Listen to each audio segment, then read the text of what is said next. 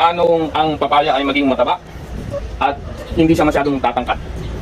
Ang ginagawa ko po para mas mataba at hindi masyadong tatangkad, siyempre yung lupa ay mataba. Hanap kayo ng mga compost, kain ng kambing, mga dayami, ipa, at kung ano pa. At tapos kapag lumalaki na po siya, ay tatanggalan po natin ng talbos. Katulad po nito, tingnan po ninyo, halito kayo.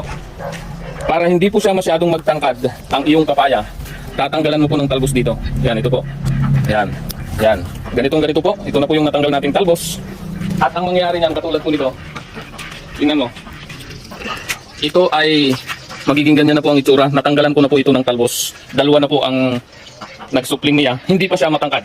Hindi siya matangkad. Kung ito ay hindi ko naputulan ng talbos, malamang, sa malamang, ganyan na siya kataas o masigit pa.